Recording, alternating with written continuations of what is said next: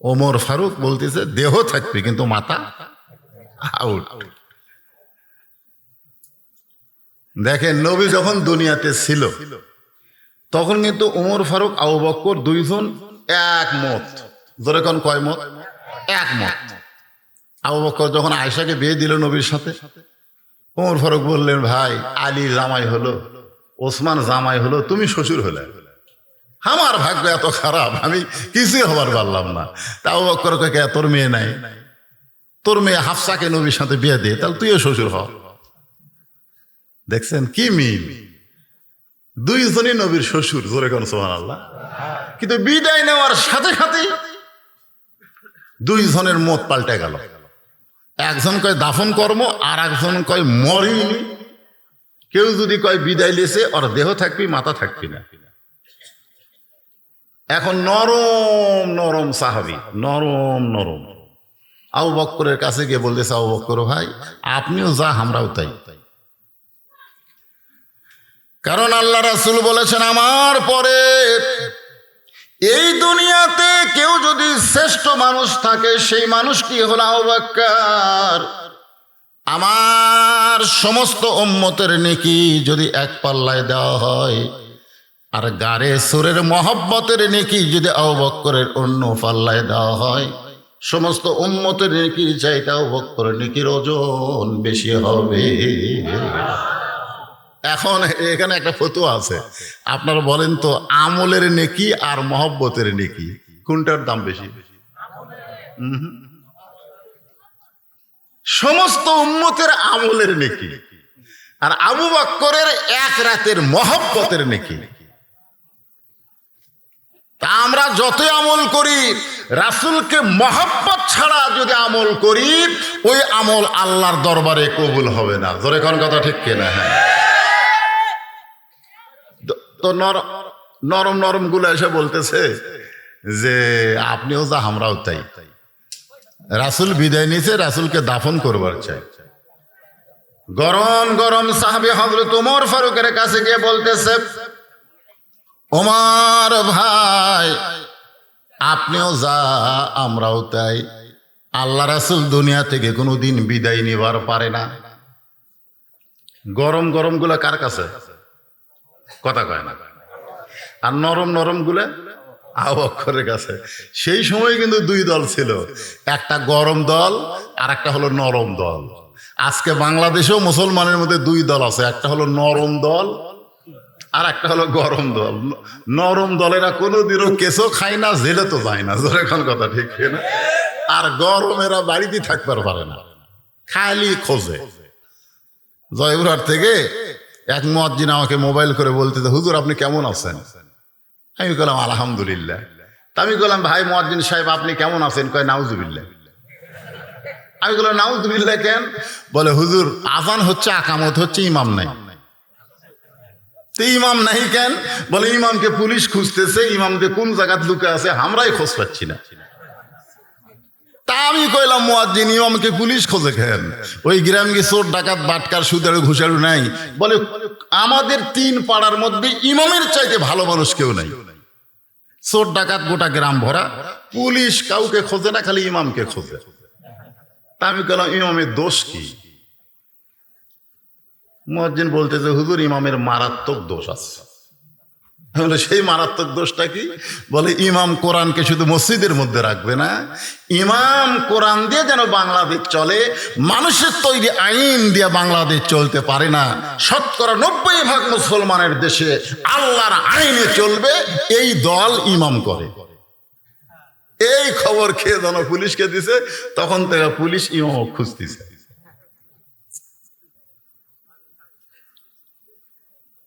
দুই দল হয়ে গেছে, একটা হলো নরম দল, একটা হলো গরম দল।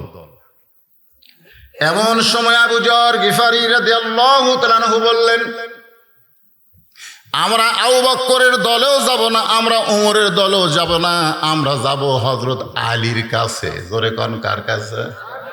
আপনারা কোন তো দল বাড়তেছে না কমতেছে? আল্লাহ রাসূল বলেন আমার বড় ভয় হয়, বনি ইসরায়েলের সময় 72 দল হয়েছিল, আর আমার উম্মতের মধ্যে 73 দল হবে। একটা দল জান্নাতি হবে, আর বাকি 72 দল জাহান্নামে যাবে। 73 দল হবে, ধরে কোন কত দল হবে? তার মধ্যে একটা দল যাবে জান্নাতে আর 72 দল যাবে জাহান্নামে। সাহাবীরা বললেন, ইয়া রাসূলুল্লাহ, সেই একটা দলকে? আল্লাহ রাসূল চুপ করে থাকলেন। এমন সময় আল্লাহ তাআলা কোরআনের আয়াত নাজিল করলেন, কুনতুম খায়রা উম্মাতিন উখরিজাত লিন-নাসি তা'মুরুনা বিল মা'রুফি ওয়া তানহাউনা আনিল মুনকার। আল্লাহু আকবার, আল্লাহু আকবার। এখন আপনারা আজকে সিরাত মাহফিলে চিন্তা করবেন যে আমরা 72-এর মধ্যে আছি, জান্নাতি দলের মধ্যে আছি। একটু চিন্তা করার দরকার আছে না নাই? ধরে কোন হ্যাঁ, একটু চিন্তা করবেন। কষ্ট করে গরমের মধ্যে বসে আছেন, আর একটু চিন্তা করবেন না। 11 সালে একজন নেতা আমার সঙ্গে হজ করতেছে, কাবা ঘরের চত্বরের মধ্যে গিয়া বলতেছে, লব্বাইক।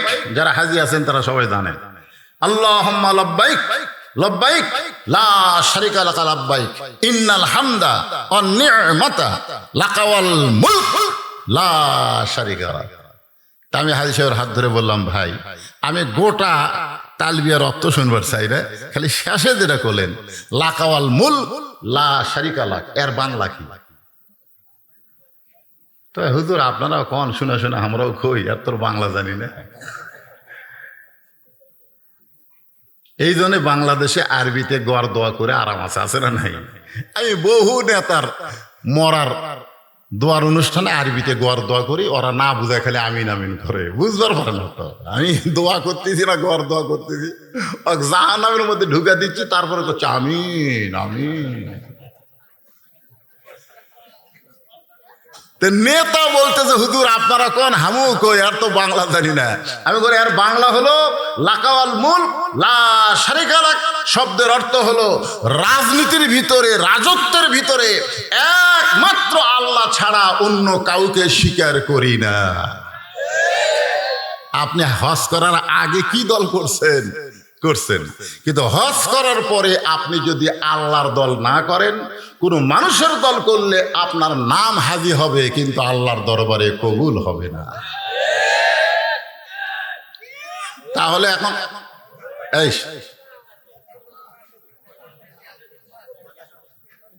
মাথার সমস্যা নাই, ওটা হচ্ছে বালুল পাগলের বোতল, বোঝেন না?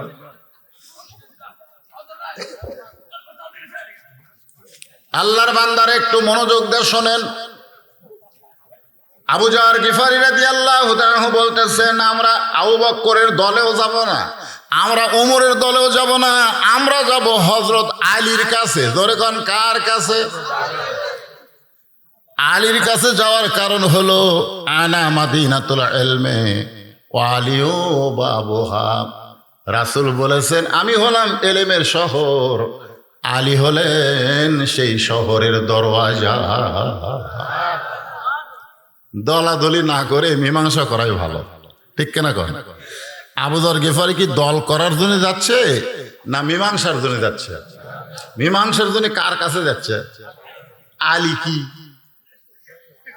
আলী কি সাধারণ ব্যক্তি? আলী একজন আলেম। আজকে বাংলাদেশের মীমাংসার জন্য আমরা সাধারণ নেতার কাছে ধর্ণা ধরি, আলেমের কাছে যাই না। ধরে কোন কথা ঠিক কিনা? বহু তালাক দিয়েছে 3টা, চেয়ারম্যান 2 থাপ্পড় দিয়ে কয় আর যান তালাক দিস না। এমন সময় আমি যাচ্ছি, আমাকে হুজুর একটু দোয়া করেন।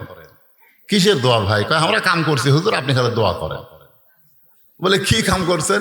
বলে এই ছেলে রাগ করে বউ 3 তালাক দিছে, আমরা 2 থাপ্পড় দিয়ে বউর হাতত দিছি। তা আমি বললাম, ভাই এটা তো ইসলামে জায়েজ নাই, আমি দোয়া করতে পারবো না।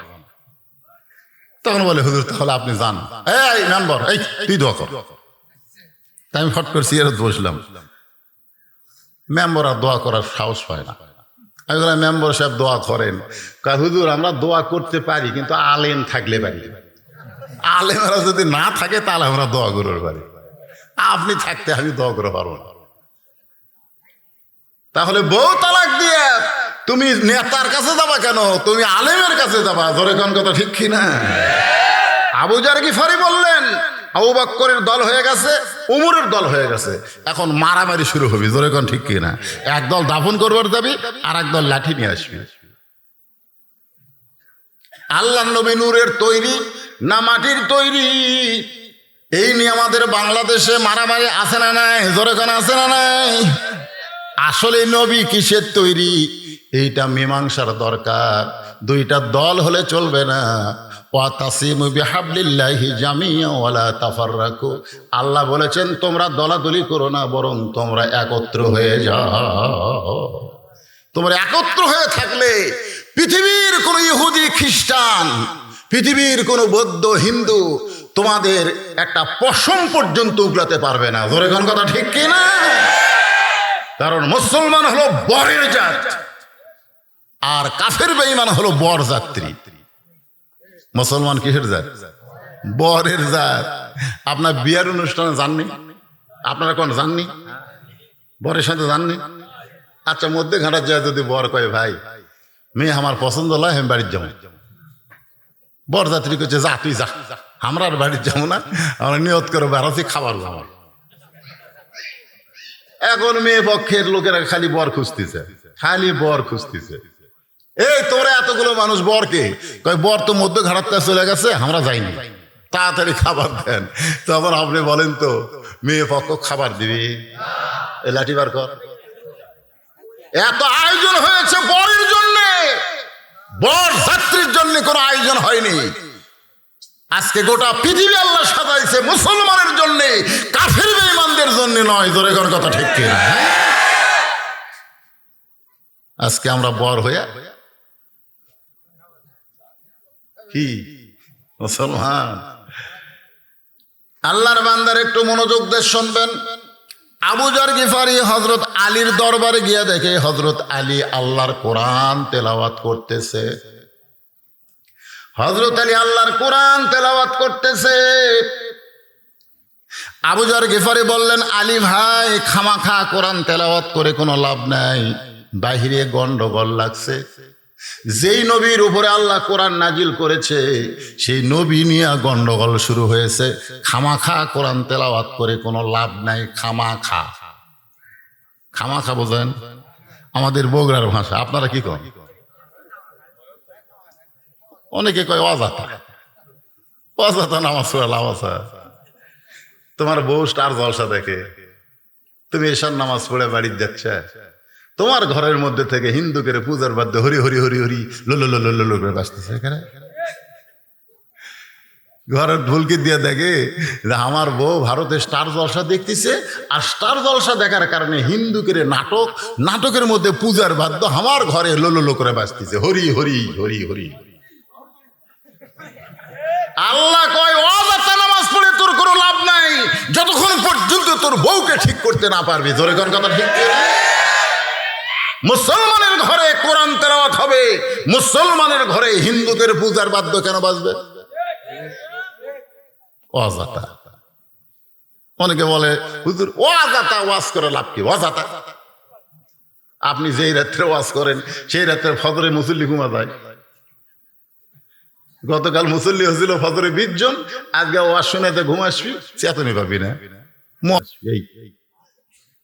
কি অযথা? যে ছেলেরা সিরাত মাহফিল করতেছে আপনি খুঁজলে দেখেন এদের মধ্যে অনেকে হয়তো মাগরিব এশা নামাজ পড়েনি। অযথা। কথা এইরকম অযথা কয়, খামাখা কয়। আপনার অযথা কন না খামাখা কন? খামাখা। খামাখা কোরআন তেলাওয়াত করে লাভ নাই। যেই নবীর উপরে আল্লাহ কোরআন নাজিল করেছে সেই নবীর নিয়ে দ্বন্দ্ব শুরু হয়েছে। একদল কয় বিদায় নিছে দাফন করব, আর একদল কয় খালি যদি শুনি বিদায় করছে এই কথা, তার দেহ থাকবে মাথা থাকবে না।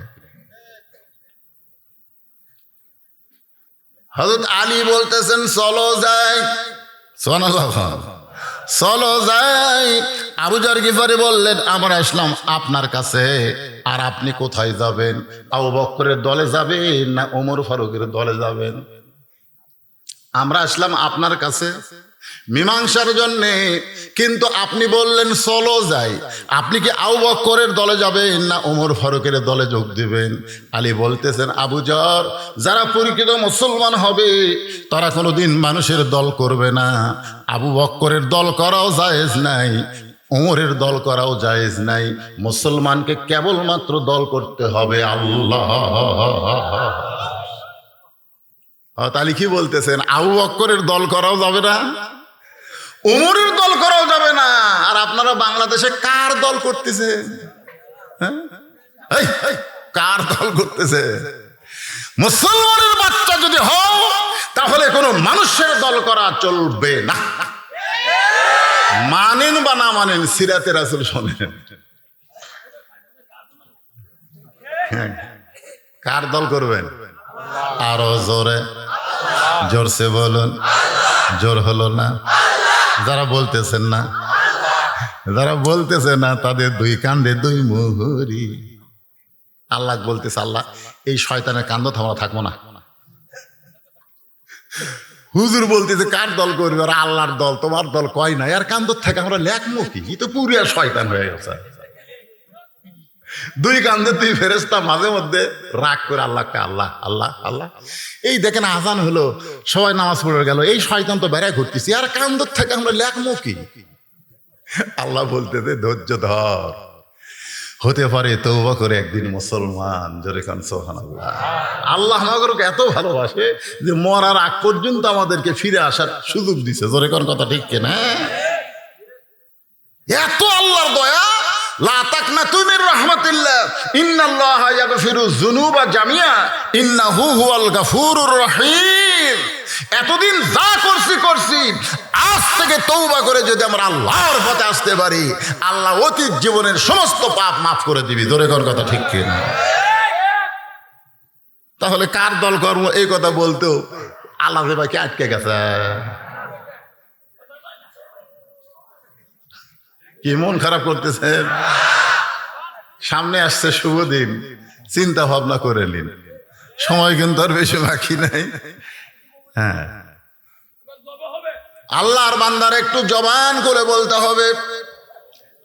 আবু যর গিফারি বললেন, আলী ভাই তাহলে আপনি আমাদেরকে কোথায় নিয়ে যাবেন? আবু বকরের দলেও যোগ দিবেন না, উমরের দলেও যোগ দিবেন না, তাহলে আপনি আমাদের কোথায় নিয়ে যাবেন? আলী বলতেছেন, তোমাদেরকে এমন একটা জায়গায় নিয়ে যাব যে জায়গায় গেলে মীমাংসা হবে। আপনারা বলেন তো, মীমাংসার দরকার আছে না নাই? আবু যর গিফারি বললেন, আমাদের কোনো আপত্তি নেই, যে জায়গায় গেলে মীমাংসা হবে আমরা সেই জায়গায় যেতে চাই। আজকে সিরাতে রাসূল মাহফিলে আপনারা বলেন, আলী সমস্ত সাহাবীদেরকে নিয়ে যে জায়গায় যাচ্ছে সেই জায়গায় কি আপনারা যাবেন? যেখানে গেলে মীমাংসা হবে। জোরে কোন কি হবে? বাংলাদেশে মীমাংসার জায়গার নাম হলো মসজিদ। মীমাংসার জায়গার নাম হলো মসজিদ। নামাজ শুরু করছে, নামাজের আগে তো খেয়াল করে, কিন্তু যেই নামাজ শুরু করছে ইতিমধ্যে দুইজন দুই ধারে ডান আছে। ডান পাশে যে ডান আছে তাই হলো সুদারু, আর বাম পাশে যে ডান আছে সে হলো ঘুষাড়ু। ওই এখন এরকম আল্লাহু আকবার কে হাত বান্ধিছে, এখন আর হাত খোলা যাবে? এই কতক্ষণ হাত খোলা যাবে? হাত খোলা যাবি না তো, কারণ আল্লাহু আকবার কান ধরে এরকম আসামি হয়ে গেছি আল্লাহর কাছে। জোরে কোন কথা ঠিক কিনা? আসামি কোনোদিন বসা থাকে না দাঁড়ায় থাকে। এই জন্য আল্লাহ বলেছেন কুম কুম, মানে কি দাঁড়াও, লিল্লাহি আল্লাহর জন্য, কনিতির আনুগত্য নিয়ে। এখন কতকগুলা সারাদিন ঘরে 10 কেজি ব্যাগলে বাজার করে আর মসজিদ জয়াসিয়ারত বসে। জোরে কোন কথা ঠিক কিনা? সারা জীবন শয়তানি করে বুড়া বয়সে আল্লাহ দেখে যে মিশিং সবসময় চলে না, হঠাৎ চলাবার চান চলবি। ওই যৌবন বয়সে নামাজ পড়েনি, ওর হাঁটুর বিয়ারিং টিয়ারিং সব জাম মারছে। এখন উপর হয়ে যে শেষ দা দিবি, মাজার যে বিয়ারিং আছে নাট বল্টু আছে জাম মারছে। ওই এখন ওর সিয়ারত বসে থাকলে এই এই করছিস। আমি বলি চেয়ারত যদি নামাজ পড়তে চাও মিয়া, বাড়ির নামাজ পড়ো, মসজিদের মধ্যে চেয়ার চলবে না। কারণ জামাতে নামাজ পড়া যেমন ওয়াজিব, কাতার সোজা করা তেমন ওয়াজিব। জোরে কোন কথা ঠিক কিনা? আর কাতার সোজা করতে গেলে পায়ের গোড়ালির সঙ্গে গোড়ালি মিল করা লাগবে। নবীর সিরাত, নবীর সিরাত হলো নবী ততক্ষণ পর্যন্ত কিবলামুখী হয়নি যতক্ষণ পর্যন্ত কাতার সোজা না হয়েছে। নবীর সুন্নত। নবী কিবলামুখী কখন হচ্ছে? যখন থেকে কাতার সোজা হয়ে গেছে, কাতারের মধ্যে ফাঁক ফুক নাই। এক ফাঁক দেখে নবী শয়তান ঢুকতেছে রে, বকরির বাচ্চার মতো শয়তান ঢুকতেছে, ফাঁক বন্ধ কর।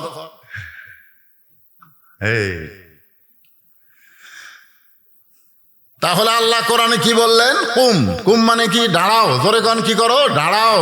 লিল্লাহি কানিতিন, আল্লাহর আনুগত্য নিয়ে ওই দাঁড়াইছে, আনুগত্য নিয়ে হাত বান্ধিছে। কিন্তু একটু চোখ টিরা করে দেখে, সুদারু ঘুষারু। এখন যে ব্যক্তি 1 টাকা সুদ খায়, কয় টাকা? 100 টাকা লয়। 1 টাকা যে ব্যক্তি সুদ খায়, নিজের গর্ভধারিণী মায়ের সাথে 42 বার জিনা করার পাপ হয়। সেই সুদারু আর ডান পাশে দাঁড়াচ্ছে, কেবল সালাম ফিরেছে। সালাম ফিরাতেই দুইজনের হাত খপ করে ধরছে। দুইজনে বলতেছে, কে ভাই হাত ধরলি কেন? এই কথাগুলো শোনো, হাত ধরলি কেন? তাহলে ভাই একসঙ্গে কাতারবদ্ধ হয়ে নামাজ পড়লাম ভাই রে, তোমরা আমার ভাই, একসাথে জান্নাতে যাবার চাই, এই জন্য হাত ধরছি ভাই, একটু খাড়া হও, কোলাকুলি করি। তো ঘুষা বসা থুসে সুদারু চলিছে, তুই কোলাকুলি করতেছে। কোলাকুলি করতে করতে কানে কানে বলতেছে, তুই বলে সুদ খাস, তুই বলে সুদ খাস। ওই তখন খালি নিচের দিকে তাকাচ্ছে, নিচের দিকে তাকায় মনে মনে বলতেছে, এমন জায়গা তুই ধরলু রে, এই ধরা খালি রাস্তার ধরলে তোর আমি চাপা ফাটাতাম। ধরে কোন কথা ঠিক কিনা? কিন্তু এমন জায়গা তো আমাকে ধরলি যেখানে মিথ্যা বলা যাবে না। আমাদের বাংলাদেশে তারা নামাজ পড়ে না, তারাও ঝগড়া লাগলে বলে, বিশ্বাস যদি না করিস মসজিদ ছুঁয়ে কব, বিশ্বাস না করিস মসজিদ ছো। আমি কইলাম, কে রে নামাজ পড়িস না, মসজিদের কি বুঝিস? নামাজ না বললে কি হবে হুজুর, মসজিদ আল্লাহর ঘর, এটা আমরা বিশ্বাস করি।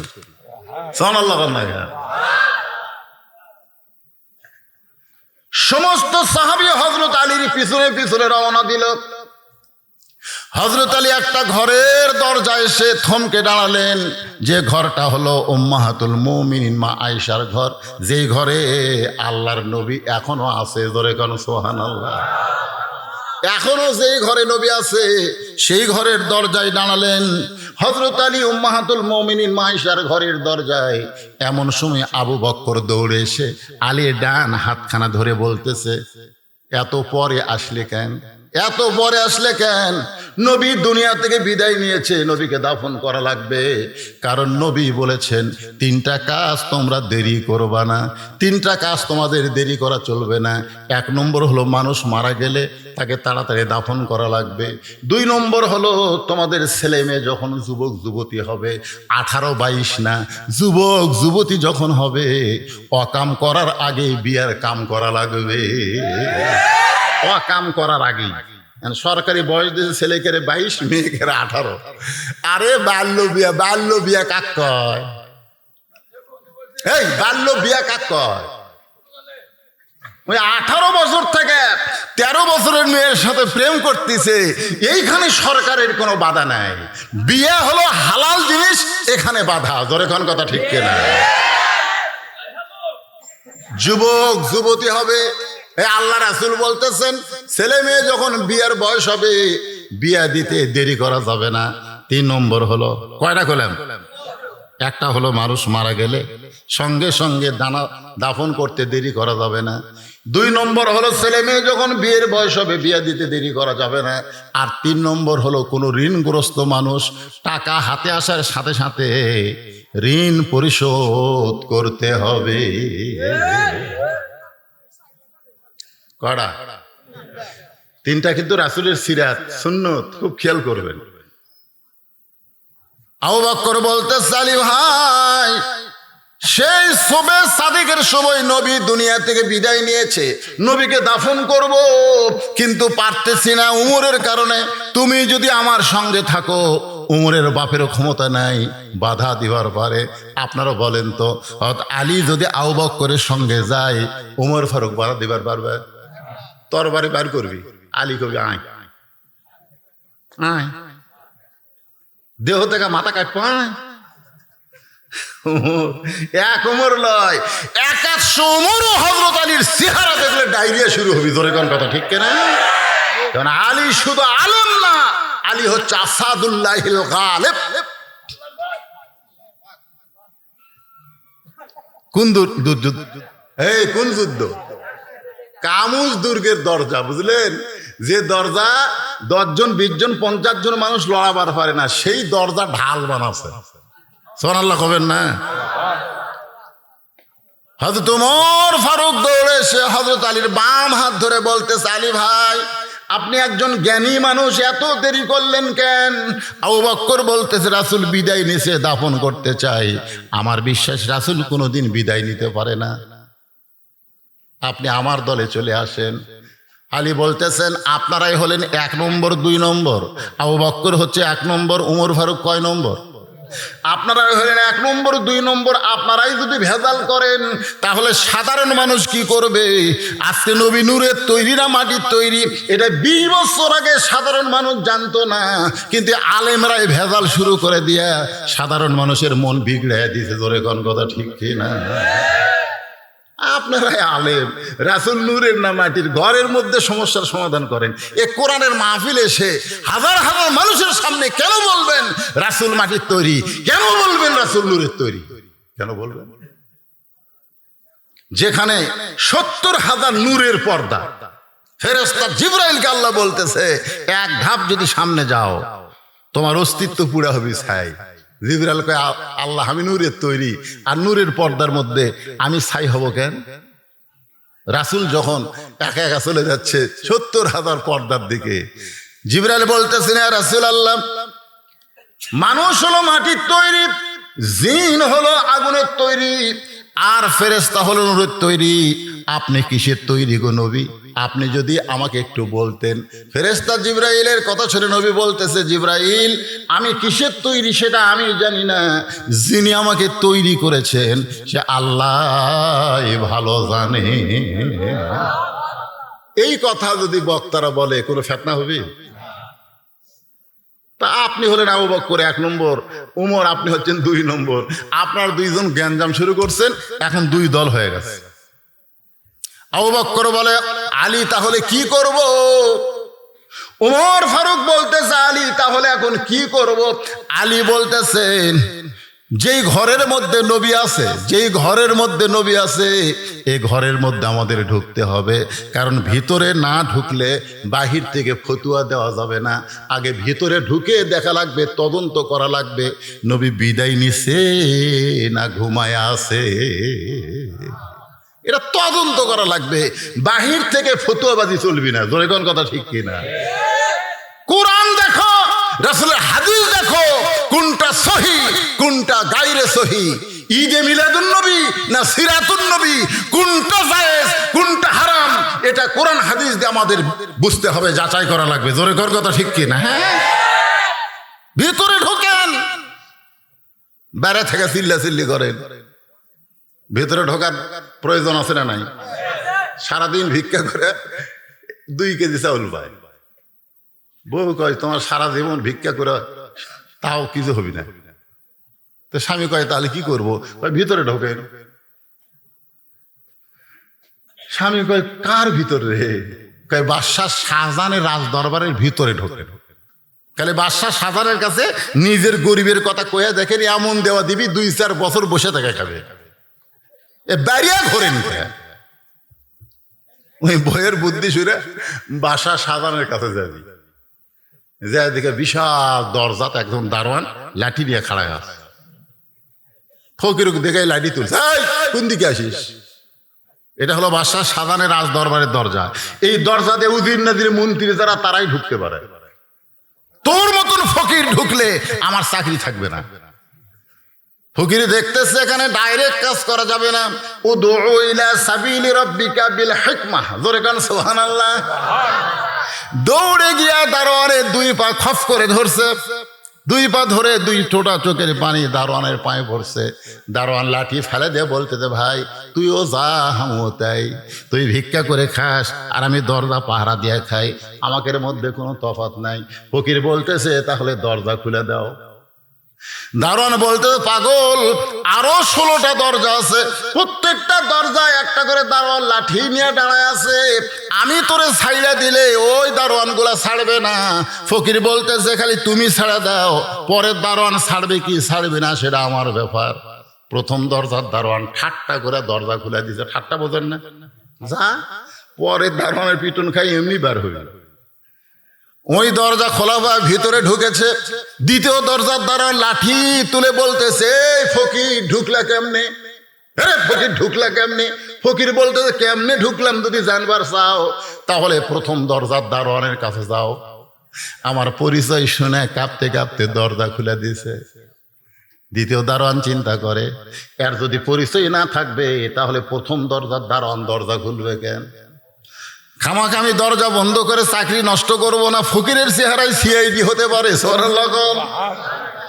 এইভাবে দারোয়ান সমস্ত দরজা পাড়ি দিয়ে রাজ দরবারের ভিতরে ঢুকেছে।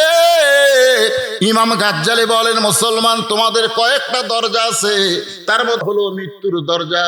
মৃত্যুর দরজায় কলেমা পড়তে পড়তে, কলেমা শাহাদত পড়তে পড়তে যদি মরতে পারো, কবর বলো, হাসর বলো, মিজান বলো, পুলসিরাত বলো, আর কোনো দরজায় তোমাদেরকে আটকানো হবে না। অফুতিহাত আবওয়াবুহা সালামুন আলাইকুম তিবতুম ফাদখুলুহা খালিদিন। একে রাজ দরবারের মধ্যে ফকির। প্রধানমন্ত্রীর সাথে দেখা, প্রধানমন্ত্রী বলতেছে, কি বলি, এতগুলো দরজা পাড়ি দিয়ে যেই বেটা ভিতরে ঢুকছে, কি বলি? ফকির বলতেছে, মুখ বন্ধ করে আছিস করে, বাসা সাজান কুটি। প্রধানমন্ত্রী চমকে উঠছে, ওরে সর্বনাশ, আমরা সম্রাট জাহাপনা বলে সম্বোধন করি আর এই বেটাকে বাসা সাজান কুটি। কাঁপতে কাঁপতে বলতেছে, বাবাজি আপনাকে চিনি না। বলে, চিনার দরকার নাই, বাদশা কোথায় আগে সেটা কর। বলো, ওই ছোট্ট ঘরের ভিতরে। ফকির ছোট্ট ঘরের কাছে গিয়ে দেখে দরজা বন্ধ। একটা জানালার পাল্লা দিয়া ভিতরে তাকায় দেখে একজন মানুষ দুই হাত তুলে কাঁদতেছে আর বলতেছে, ও বাদশার বাদশা, তোমার দরবারে আমি ফকির। দু চোখ দিয়ে দর দর করে পানি পড়তেছে। ফকির মনে মনে কয়, এতদিন বাহির থেকে মনে করেছিলাম বাদশা শাহজাহান, কিন্তু আজকে ভিতরে ঢুকে দেখলাম তুইও যা আমিও তাই। এটা ভিতরে না ঢুকলে বোঝার উপায় নাই। জোরে কোন কথা ঠিক কিনা? ফকির চিন্তা করে, এতদিন বাহির থেকে মনে করেছিলাম বাদশা শাহজাহান, কিন্তু আজকে ভিতরে ঢুকে দেখলাম তুইও যা আমিও তাই। তুইও ফকির আমিও ফকির, আর ফকিরের কাছে ফকির ভিক্ষা চাবে না। তুই যার কাছে দুই হাত তুলে কাঁদতেছিস, আমিও তার কাছে ভিক্ষা চাইতে চাই। কারণ ভিতরে না ঢুকলে আসল বাদশার খবর পাবেন না। কোরআনের ভিতরে ঢোকেন, এই যে কোরআন দেখতেছেন, এই কোরআনের ভিতরে ঢোকেন 29 পারার প্রথমে আল্লাহ বলতেছেন, এই বাংলাদেশের প্রধানমন্ত্রী বাদশা না, প্রেসিডেন্ট বাদশা না, আমেরিকার প্রেসিডেন্ট বাদশা না, আসল বাদশা হলো তাবারাকাল্লাযী বিয়াদিহিল মুলকু ওয়া হুয়া আলা কুল্লি শাইইন কাদির। বাইরে থেকে আপনি কোন দাফন কর্ম, আর আপনি বলতেছেন যদি বলে কেউ বিদায় নিয়েছে তার দেহ থাকবি মাথা থাকবি না। বাইরে থেকে পেছাল পারেন কেন? ভিতরে ঢোকেন। আপনারা বলেন তো, ভিতরে ঢোকার দরকার আছে না নাই? আল্লাহ কি বলেছে? উদখুলু ফিস সিলমি কাফা। খালি আদা আদি ঢুকলে হবি না। শীতের দিনে যদি আপনি সবই ঢাকিছেন কিন্তু দুটো পাও বাইর করে থাকেন, মাঘ মাসের দিনে ল্যাপের মধ্যে সবই আছে কিন্তু দুটো পাও খেলে বের করে থাকেন, আপনি বলেন তো শরীর গরম হবে? কারণ ঢুকলে পুরি ঢোকা লাগবে, জোরে কোন ঠিক কিনা? আপনি মশার দিনে মশারের বাইরে দেহ তোছেন, কিন্তু হাতটা খেলে বাইরে তোছেন। মশা কবি ওর হাতের উপরে কাজ আদায় করবো রে, জোরে কর কথা ঠিক কিনা? তার মানে কি বোঝা গেল? গোটা দেহ ঢোকা লাগবে। বাসের মধ্যে যখন বসবেন তখন দেহ গোটাই বাসের মধ্যে রাখতে হবে, হাত মাথা জানলাতে বার করা যাবে না, জোরে কর কথা ঠিক কিনা? আপনি এগুলা সবই বোঝেন, এগুলো আপনি সবই বোঝেন, কিন্তু বছর অন্তর 12 রবিউল আউয়াল তারিখে আপনি শুধু আশিকে রাসূল হবেন, আল্লাহ রাসূলের জিন্দেগি, আল্লাহ রাসূলের সিরাতকে আমল নিয়ে আসবেন না, তাহলে আপনি পুরোপুরি ইসলামের মধ্যে ঢুকতে পারবেন না। জোরে কোন কথা ঠিক কিনা? এখন হযরত আলী বলতেছেন ভিতরে ঢোকা লাগবে, সুবহানাল্লাহ, তদন্ত করা লাগবে। রাসূল বিদায় নিয়েছে না ঘুমের মধ্যে আছে, আবু বকর ঠিক না ওমর ঠিক, এটা তদন্ত না করলে বলার উপায় নাই। এখন আবু বকর বলতেছে তাহলে ভিতরে কে ঢুকবে? এখন ভিতরে কে ঢুকবে? 1 লক্ষ থেকে 1.25 লক্ষ সাহাবী, সুবহানাল্লাহ। নবী যখন দুনিয়া থেকে বিদায় নিয়েছে 1.25 লক্ষের বেশি সাহাবী নবীর, তাহলে ভিতরে কে ঢুকবে? হযরত আলী বলতেছেন ঘরের মালিক যিনি সিদ্ধান্ত দিবেন তিনি। ঘরের মালিক যিনি সিদ্ধান্ত দিবেন তিনি। ঘরের মালিক হচ্ছে উম্মাহাতুল মুমিনিন আয়েশা যাকে ঢোকার অনুমতি দিবে সেই ঢুকবে। ওমর ফারুক মনে মনে চিন্তা করে আয়েশা হলো আবু বকরের বেটি রে, যাই দাফন করবি, ওরই ভাগ্যে এখন ঢোকা চলবে। হযরত আলী বলতেছেন মা, আপনারা সকলে বলেন মা। নবীর বউ আমাদের কে হয়? উম্মাহাতুল মুমিনিন। হযরত আলী বলতেছেন মা, নবীর সিরাত এবং সুরত নিয়ে বাহিরে গ্যাঞ্জাম বেঁধে গেছে মা। এখন আপনার কাছে আমরা সিদ্ধান্ত চাচ্ছি, নবী বিদায় নিছে না ঘুমের মধ্যে আছে, এটা তদন্ত করার জন্য একজন সাহাবী ঢুকবে। আপনি এখন কাকে সিদ্ধান্ত করবেন? মা আয়েশা হিকমতের সাথে বললেন নবীর মাদ্রাসার 1 নম্বর ছাত্র যিনি, তদন্তের দায়িত্ব পাবেন তিনি। 6 লক্ষ হাদিসের হাফেজা, সুবহানাল্লাহ। এই শালা আসাদ নূর কয় যে 6 বছর বয়সে নবী আয়েশাকে বিয়ে করছে। কে রে শয়তান, তুই জানিস না? 6 বছর বয়সে বিয়ে করলেও 9 বছর বয়সে নবীর সংসারে আইছে। আল্লাহ জানে যে নবী বিদায় নিলে নবীর উম্মতের মধ্যে অনেকগুলো মহিলা উম্মত থাকবে, তারা তো নবীর কাছে পুরুষের কাছে যাইতে পারবে না, তারা মা আয়েশার কাছে শিক্ষা গ্রহণ করবে। এই জন্য কোনো পুরুষ যেটা পারে নাই সেটা মা আয়েশা পারছে। সর্বপ্রথম কোরআনের হাফেজ, সর্বপ্রথম 6 লক্ষ হাদিসের হাফেজ। আদরে কান সুবহানাল্লাহ। কি মনে করছেন? এখন মা আয়েশা যে কথাটা বললেন, কোনো জ্ঞানতাম আছে? কোনো হিংসা আছে? কোনো ফিতনা আছে? বললেন নবীর মাদ্রাসার 1 নম্বর ছাত্র যিনি, তদন্তের দায়িত্ব পাবেন তিনি। সমস্ত সাহাবী চিল্লায় বললেন নবীর মাদ্রাসার 1 নম্বর ছাত্র হলেন আবু বকর। ওমর ফারুকও বলে আবু বকর, ওসমানও বলে আবু বকর, আলীও বলে আবু বকর। সমস্ত সাহাবী একমত, 1 নম্বর ছাত্র হলেন আবু বকর। এখন আবু বকর মা আয়েশার দরজায় গিয়ে বলতেছে আসসালামু আলাইকা ইয়া রাসূলুল্লাহ। সালামটা শিখেন পারে? আমি গেছিলাম মৌলভীবাজার 1 বছর ওয়াজ করবার, তো সব বলতেছে হুজুর দোয়ার আগে একটু কিয়াম করা লাগবে। কিয়াম করে কি করা লাগবে? কয় রাসূলকে সালাম দেওয়া লাগবে। কিভাবে? বলে ইয়া নবী সালাম আলাইকা ইয়া রাসূল সালাম। আমি বললাম সম্পূর্ণ হারাম। আমাকে হুজুর দলিল কি? আমি দলিল হলো আসসালামু ক্বাবলাল কালাম, কোনো কথাবার্তা বলার আগেই দেওয়া লাগবে সালাম। কেউ যদি বলে হুজুর আসসালামু আলাইকুম, সালাম হবে না, আগে সালাম তারপরে হুজুর বলা লাগবে। জোরে কোন কথা ঠিক কি না? কেউ যদি বলে চেয়ারম্যান সাহেব আসসালামু আলাইকুম, সালাম হবে না, কারণ আগে সালাম তারপরে চেয়ারম্যান সাহেব বলা লাগবে, কারণ আগে সালাম তারপরে কালাম। জোরে কোন কথা ঠিক কি না? তাহলে ইয়া নবী আগে কয়া পরে সালাম দিলে রাসূলের হাদিসের খেলাফ হয়ে যাবে।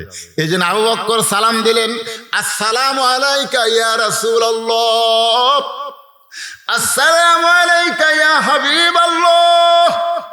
সালাম দিতে আপনাদের আপত্তি আছে? কারণ সিরাত মাহফিল তো সবাই সালাম দেন। আসসালামু আলাইকা ইয়া রাসূলুল্লাহ। একদল ফেরেশতা আছে, আপনি যেই মাত্র নবীকে সালাম দিলেন সঙ্গে সঙ্গে নবী রওজার পাশে গিয়ে বলবে, ইয়া রাসূলুল্লাহ, ইসলামপুরে তোমার সিরাত মাহফিল হচ্ছে, তোমার পাগল উম্মতেরা অত দূর থেকে তোমাকে সালাম দিয়েছে, আমরা ফেরেশতারা সেই সালাম তোমাকে পৌঁছাইয়া দিলাম। 3 বার সালাম দিয়েছে, আসসালামু আলাইকা ইয়া শাফিউল মুসলিমিন। সুবহানাল্লাহ বলেন। আয়েশা একটু দরজা খুলে দে মা, একটু দরজা খুলে দে। যেই মাত্র মা আয়েশা দরজা খুলেছে, একটু মনোযোগ দিয়ে শুনবেন সিরাত মাহফিল। যেই দরজা খুলেছে সঙ্গে সঙ্গে আবু বকর রাদিয়াল্লাহু ঢুকছে। মা আয়েশা দরজা বন্ধ করে দিলেন। দরজা বন্ধ করে খফ করে বাবার হাত ধরছে। হাত ধরে বলতে যে বাবা কোথায় যাবেন? বলে নবী তদন্ত করব। নবী তদন্ত করব। বিদায় নিছে না ঘুমের মধ্যে আছে? আয়েশা বললেন, বাবা নবী তদন্ত করার আগে আমার 3টা প্রশ্নের উত্তর দেওয়া লাগবে। আবু বকর বলে, তোমার আবার কি প্রশ্ন? 1 নম্বর প্রশ্ন হলো, আপনি 6 বছর বয়স আমাকে কার সঙ্গে বিয়ে দিয়েছেন? মানুষের সাথে না নবীর সাথে? 6 বছর বয়সে একটা মেয়ে কিছুই বোঝে না, আর সেই বয়সে একটা মেয়েকে আপনি বিয়ে দিলেন, মানুষের সাথে দিছেন না নবীর সাথে দিছেন? এটা হলো 1 নম্বর প্রশ্ন। 2 নম্বর প্রশ্ন হলো, ও বাবা 6 বছর বয়সে আয়েশাকে বিয়ে দিলেন নবীর সাথে, এটা আয়েশার জন্য দিছেন না আপনার জন্য দিছেন? এটা হলো আমার 2 নম্বর প্রশ্ন। আপনি যে আমাকে 6 বছর বয়সে বিয়া দিচ্ছেন এই মহামানবের সাথে, এটা আমার জন্য বিয়া দিছেন না আপনার জন্য বিয়া দিছেন? এটা হলো আমার 2 নম্বর প্রশ্ন। 3 নম্বর প্রশ্ন হলো, বাবা আপনি কি কোরআনকে দাফন করতে পারবেন? আল্লাহর কোরআনকে কি আপনি কবর দিবার পারবেন? আবু বকর চমকে বলে, আয়েশা কি বলতেছিস? কোরআন কি কোনোদিন দাফন করা যায়? কোরআন কি কোনোদিন কবর দেওয়া যায়? আয়েশা বললেন, বাবা আপনি হলেন বাহিরের মানুষ আর আমি হলাম ভিতরের মানুষ। জোরে কান সুবহানাল্লাহ। আপনি যতই 1 নম্বর ছাত্র হন, আপনি হলেন বাহিরের আর আমি হলাম ভিতরের। নবী দরজা খুলে বসে আছে। এমন সময় মা আয়েশা ঘরের মধ্যে ঢুকছে। সঙ্গে সঙ্গে নবী দাঁড়িয়ে গেলেন। আয়েশার সম্মানে দাঁড়ালেন না। নবী দাঁড়িয়ে দরজা জানলা বন্ধ করে দিলেন। মা আয়েশা থরথর করে কাঁপতেছে। রাসূল বলতেছে, আয়েশা কেন কাঁপতেছো? বলে, হুজুর আপনার জুতার পরশে মেরাজের রজনীতে আল্লাহর আরশ ধন্য হয়ে গেছে, সেই নবীর সঙ্গে যদি কোনো বেয়াদবি হয়। রাসূল বলেন, আয়েশা একজন নবীর জুতার পরশে আল্লাহর আরশ ধন্য হয়েছে, একজন নবীর জুতার পরশে। আয়েশা বলে, হুজুর আপনি তো সেই নবী। রাসূল কয়, আয়েশা রে তুমি পাগলি হয়ে গেছো।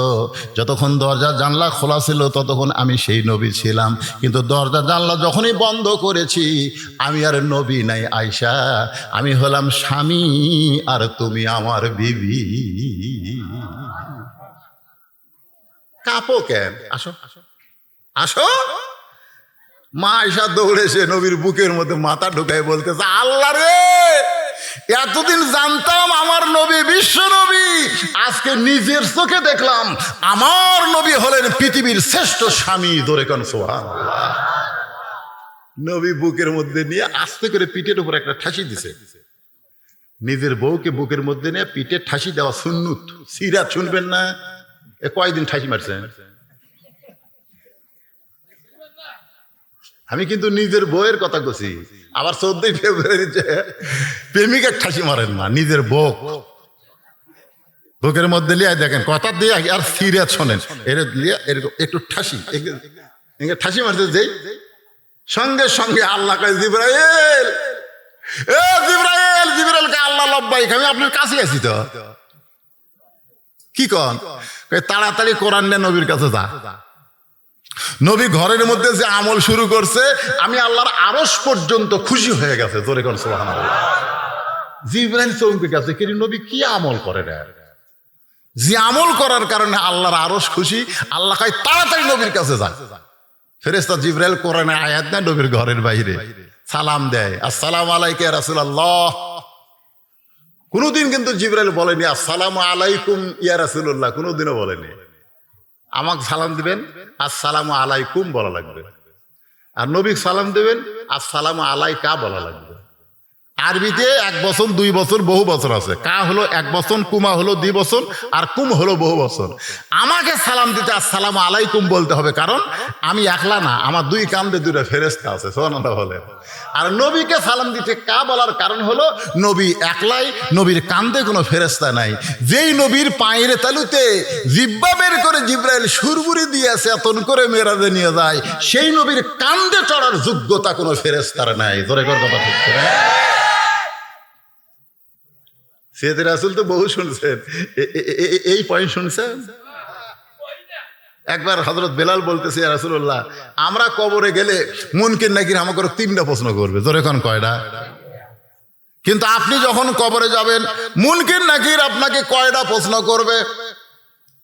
আল্লাহ রাসূল বললেন, বেলাল তোমার ধারণা কি? বেলাল বলতেছে, ইয়া রাসূলুল্লাহ, আমার ধারণা হলো আপনাকে 2টা করবে।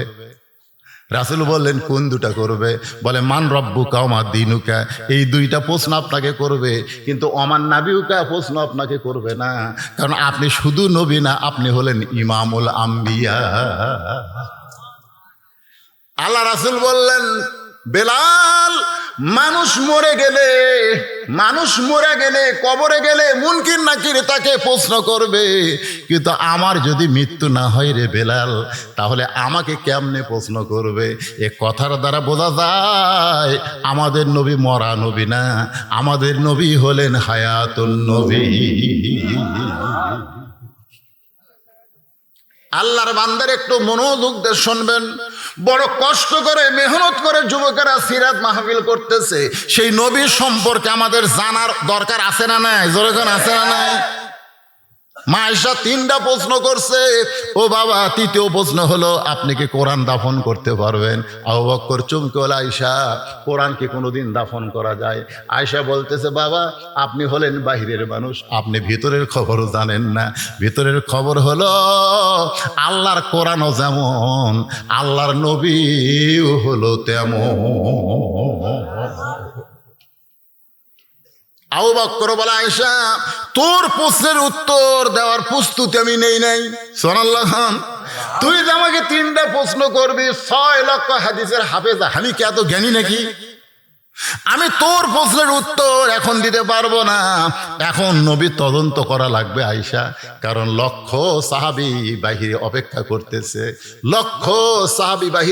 করতেছে, আয়েশা রে, নবী তদন্ত করা লাগবে। এই কথা বলে যখন 1 ধাপ সামনে যায়, এমন সময় একটা জান্নাতের কান্না কানে আসতেছে। কে যেন করুণ স্বরে কাঁদতেছে, ওই কান্না যেন আল্লাহর জান্নাত থেকে আসতেছে। আবু বকর বলে, আয়েশা, আলোকিত নবী দুনিয়া থেকে বিদায় নিল, ঘরটা এত অন্ধকার, কে কান্দে এমন করে? মনে হয় জান্নাত থেকে কান্নার আওয়াজ আসতেছে। আয়েশা বলতেছে, বাবা, যে মহিয়সী নারী কাঁদতেছে, নবীর মেয়ে হবার পরেও আল্লাহর নবী তাকে মা হিসাবে সম্মান করেছে। বাবা, যে মহিয়সী নারী কাঁদতেছে, নবীর মেয়ে হওয়ার পরেও নবী তাকে মা হিসাবে সম্মান দিয়েছে। আপনার বলেন তো তার নাম কি? রাসূল সবসময় বলতো, আমার রোকেয়ার স্বামী, আমার জয়রাবের স্বামী, আমার কুলসুমার স্বামী, আমার ওসমান জামাই, আমার 3টা মেয়ের স্বামী। হাসান হোসেন নানার গলা ধরে বলতো, না, তাহলে আমার মা কি আপনার মেয়ে না? আপনি খালাদের কথা বলেন যে ওইটা কুলসুম আমার মেয়ে, জয়নাব আমার মেয়ে, রোকে আমার মেয়ে, তাহলে ফাতেমা আপনার কে গো? না, আমরা গরিব বলে আমার মাকে কি আপনি মেয়ে বলে স্বীকার করেন না? আল্লাহ রাসূল হাসান হোসেনকে বুকের মধ্যে নিয়ে বলে, ভাই রে, তোদের মা আমার মেয়ে না, তোদের মা হলো আমারও মা।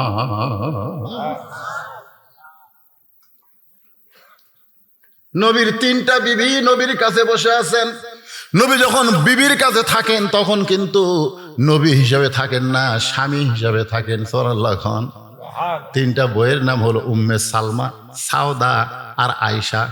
3টা বউ নবীর সঙ্গে হাসি খুশি গল্প করতেছে। এমন সময় নবীর মেয়ে ফাতেমা ঘরের মধ্যে ঢুকছে। যেই ঘরের মধ্যে ফাতেমা ঢুকছে সঙ্গে সঙ্গে বসা নবী দাঁড়িয়ে বলতেছে, মা আপনি কষ্ট করে কেন আমার ঘরে আইলেন? আমাকে ডাকলি তো আমি আপনার ঘরে ঢুকতাম।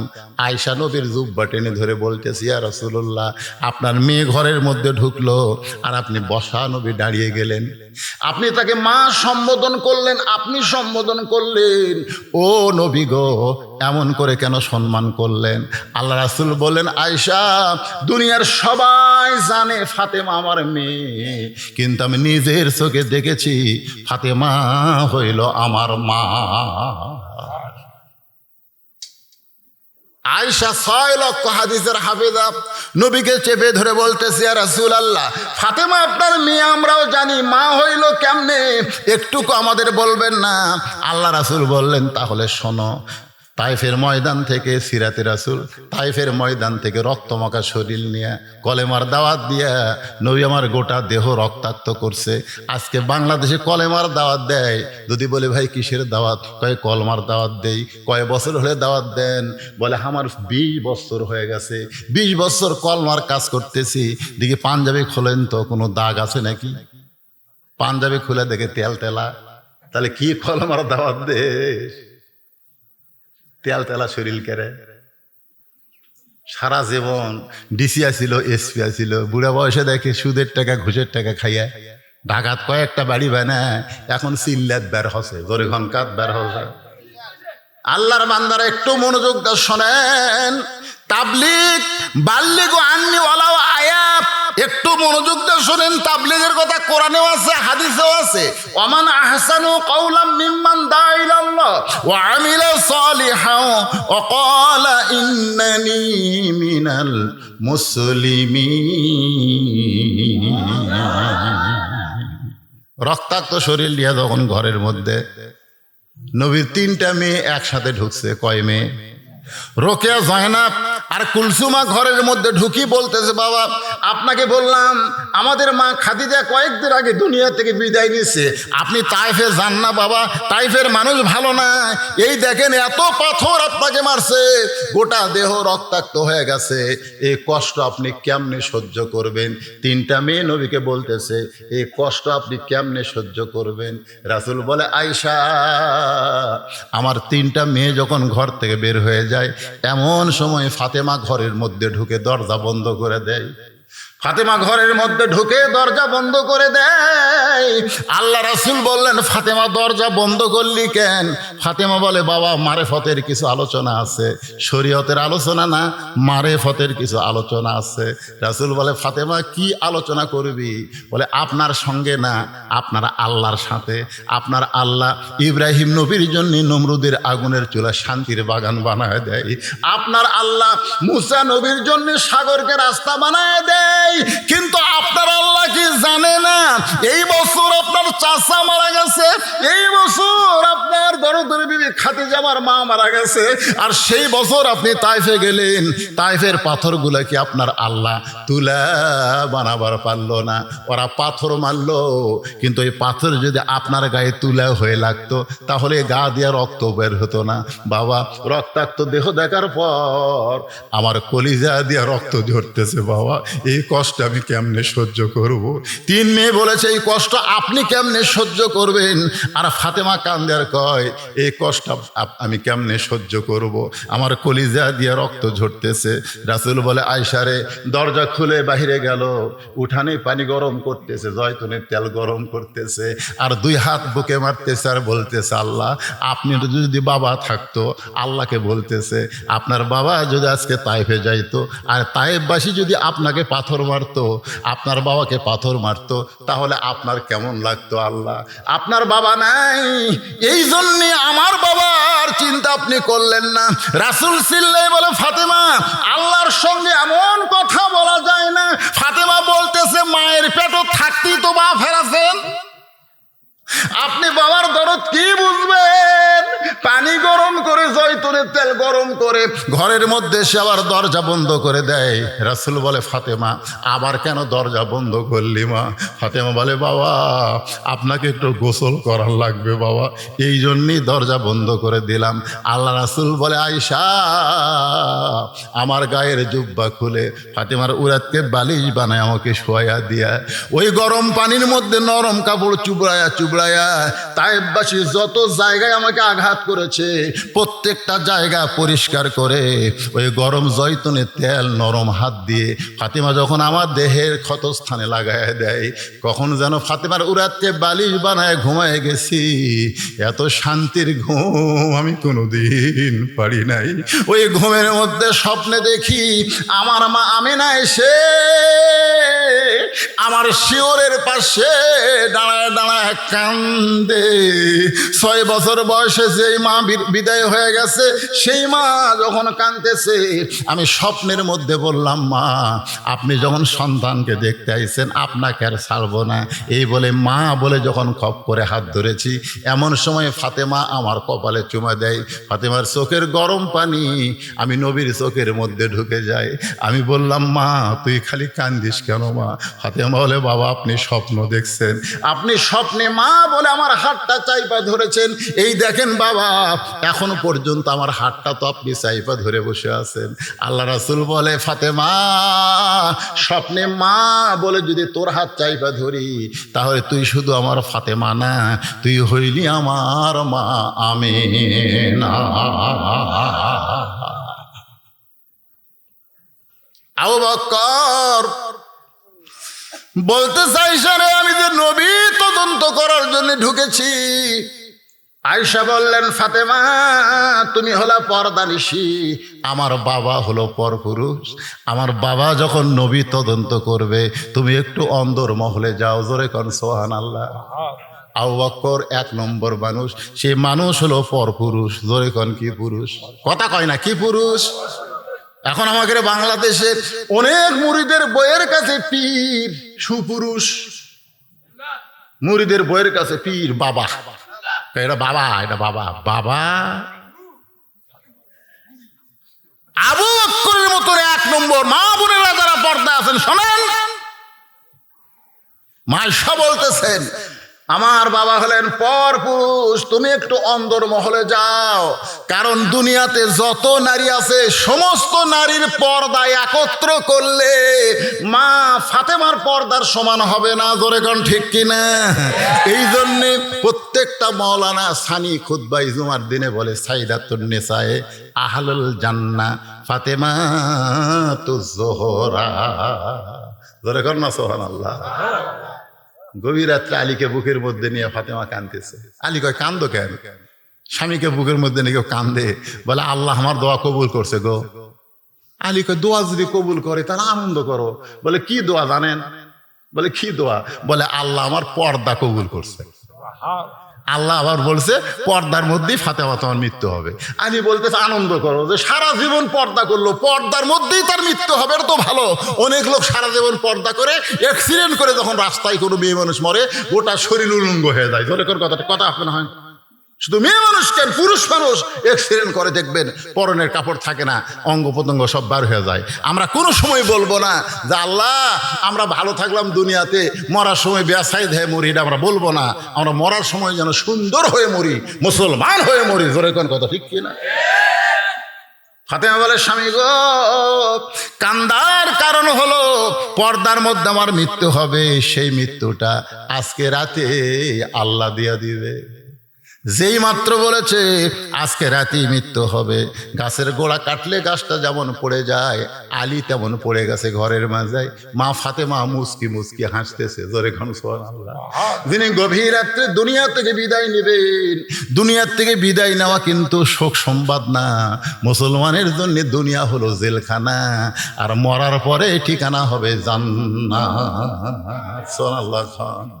ফাতেমা মুস্কি মুস্কি হাসে, স্বামী কান্দে, বউয়ের মরার কথা শুনে স্বামী কান্দে, আর বউ মুস্কি মুস্কি হেসে স্বামীর কপালে একটা চুমা দিয়ে বলে, স্বামী গো, আপনি হলেন আসাদুল্লাহিল গালিব, আপনি হচ্ছেন সবচাইতে বড় জ্ঞানী, মরার খবর শুনে আপনি কেন কাঁদতেছেন?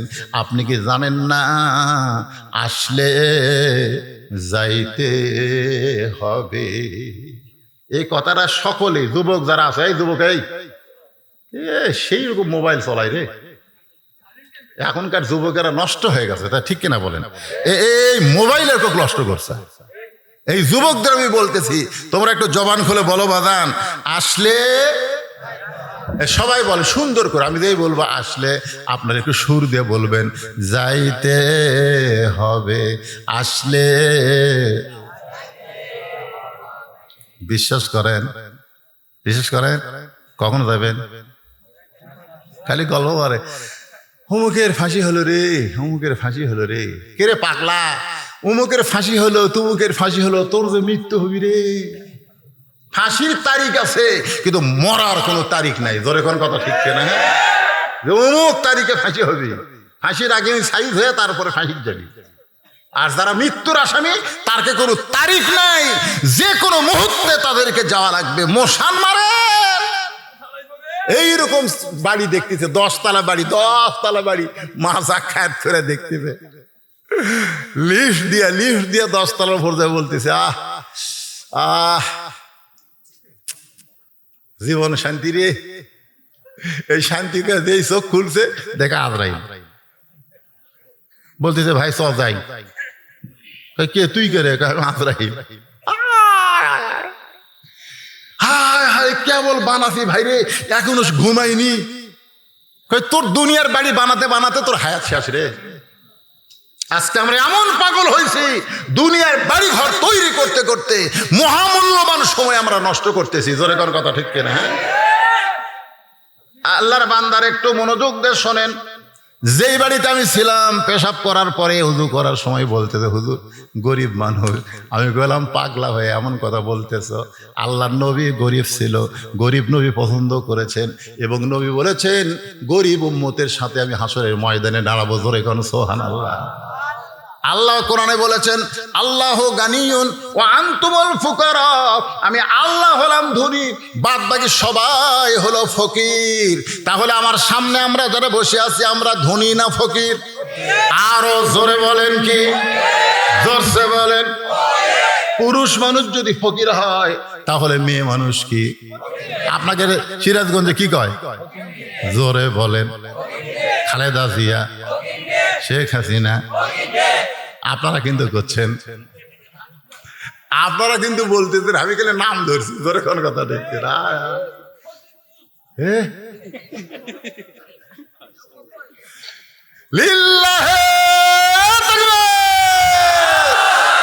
কোরআনের পক্ষে কথা বলতে আল্লাহর বান্দাদের কোন আপত্তি নাই, সে প্রধানমন্ত্রী হোক আর সাবেক প্রধানমন্ত্রী হোক। ধরে কোন কথা ঠিক কিনা?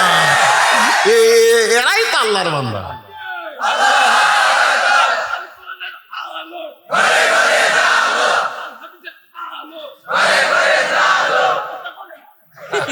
মাশাআল্লাহ মাশাআল্লাহ। আল্লাহর বান্দারা বিরক্ত হচ্ছেন? একটু মনোযোগ দিয়ে শোনেন। গভীর রাত্রে আমার মা বোনেরা যারা পর্দার অন্তরালে, তাদের জন্য একটু ওয়াজ করার দরকার আছে না নাই? সিরাতে রাসূলের মধ্যে হয়তো তাদের ওয়াজ না পাইলে, মা ফাতেমা কিন্তু সিরাতের বাহিরে না, নবীর মেয়ে, নবীর মা, সেই মা ফাতেমার কথা বলতেছি। কপালে চুম্বন দিয়া বলে, স্বামী গো, আসলে যাইতে হবে, আসলে যাইতে হবে। তবে আপনি এমন করে কাঁদবেন না, আমি যাওয়ার পরে আমার 3টা চাওয়া পুরা করা লাগবে। আলী কান্দের বলে, ফাতেমা দুনিয়াতে গরিব ছিলাম বলে তুমি কিছুই চাইলা না, মরার পরে তুমি কি চাইবা ফাতেমা? বলে 1 নম্বর চাও, এই মা বোনেরা শোনেন, আপনারা ভালো করে শোনেন, 1 নম্বর চাও হলো রাতে মারা যাব, রাতের অন্ধকারে দাফন করা লাগবে, রাত্রে মৃত্যুবরণ করব পর্দার ভিতরে, আর দিনের বেলা বেপর্দায় দাফন করবেন। এটা চলবে না, মেয়ে মানুষের কোনো জানাজার দরকার হবে না, আমার জন্য কোনো জানাজার ব্যবস্থা করবেন না। আলী বলতে ফাতেমা লক্ষ মানুষ তোমার জানাজায় দোয়া করবে। বলে লক্ষ মানুষের দোয়া আমার দরকার নাই, কারণ দুনিয়ার ফাতেমা ভালো, আর আপনি যদি বলেন ভালো না, মানুষের দোয়া দেওয়া ফাতেমার কোনো লাভ হবে না।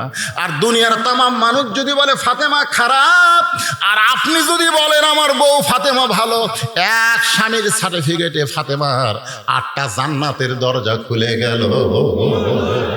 আমার মায়েদেরকে বলবো, মা দুনিয়ার মানুষের ভালো দরকার নাই, আপনার স্বামী আপনাকে ভালো বলে কিনা সেই চেষ্টা সবসময় করবেন। ফাতেমা বলতেছে, স্বামী গো আমার 3 নম্বর চাহিদা হলো আমার লাশটা কিন্তু খাটনিতে তুলবেন না, কারণ খাটনিতে তুলবার গেলে 4 জন পুরুষ আমাকে কান্দে নেওয়া লাগবে। খাটনি কান্দে নিতে হবে কয়জন? আমি ফাতেমার দেহের কত ওজন এটা দুনিয়ার কোনো পর পুরুষ জানুক, আমি ফাতেমা চাই না, আমি ফাতেমা চাই না। আমার বাবা যদি দুনিয়াতে থাকতো, মরা মেয়ের লাশের খাটনি বাবা কান্দে নিবার পারতো, কারণ নবী দুনিয়াতে থাকতে নবীর 2টা মেয়ে মারা গেছে, একটা হলো রোকেয়া আর একটা হলো জয়নাব, একটা হলো রোকেয়া আর একটা হলো জয়নাব। এই 2টা মেয়ে কিন্তু নবী দুনিয়াতে থাকতেই তারা মারা গেছে। 2টা মেয়ে নবী থাকতে জীবিত ছিল, একটা হলো ওসমান রাদিয়াল্লাহর বউ কুলসুমা, আর একটা হলো হযরত আলীর বিবি ফাতেমা। এখন ফাতেমা বলতে, স্বামী গো আমার হাসান হোসেন যদি বড় হইতো মায়ের লাশের খাটনি কান্দে নিবার পারতো, কারণ মায়ের লাশ সন্তান কান্দে নিলে কোনো সমস্যা নাই, মেয়ের লাশ বাবা কান্দে নিলে কোনো সমস্যা নাই। কিন্তু 6 মাস আগে আমার বাবা বিদায় হয়ে গেছে, আমার হাসান হোসেন এত ছোট, ওরা পারবে না, আপনি আমাকে একটু কান্দে করে স্বামী গো, কারণ আপনি আমার সব দেখেছেন, আপনি আমারে কান্দে করে জান্নাতুল বাকির পূর্ব কোণায় সবুজ রঙের একটা বাতি জ্বলবে। সুবহানাল্লাহ। জান্নাতুল বাকির পূর্ব কোণায় সবুজ রঙের একটা বাতি জ্বলবে, ওই বাতি বরাবর আমাকে দাফন করবেন।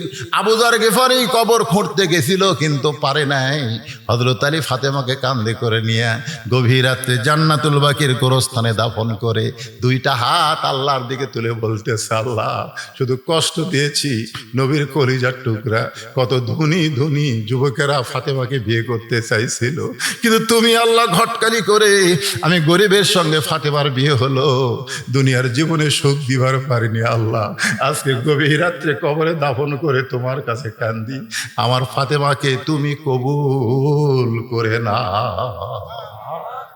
এই দোয়া করার পর সঙ্গে সঙ্গে তাকে দেখে সামনে কয়েকটা পুরাতন কবর, এই মাত্র ফাতেমার কবর দিয়ে কবরের সামনে দোয়া করতেছে, দোয়া শেষ হওয়ার সঙ্গে সঙ্গে নতুন কবর আর নাই, সামনে কয়েকটা পুরাতন কবর দেখতে পায়। হযরত আলী পুরাতন কবর দেখার সঙ্গে সঙ্গে চিৎকার করে বলে, নতুন কবর কোথায় গেল? গোটা জান্নাতুল বাকি দৌড়ায় আর খোঁজে নতুন কবর, নতুন কবর। কে যেন ডাক দিয়ে বলে, আলী রে আমার ফাতেমা হলো পর্দানিশী, আমার ফাতেমা হলো পর্দানিশী, আমি আল্লাহ জোহরা ডিগ্রি দিয়া ফাতেমার কবরটাকে কিয়ামত পর্যন্ত পর্দা করেছি। আমার মায়েরা যারা সিরাতে রাসূল মাহফিল শুনতেছেন, মা আপনাদের 1 নম্বর আমলের নাম হলো পর্দা।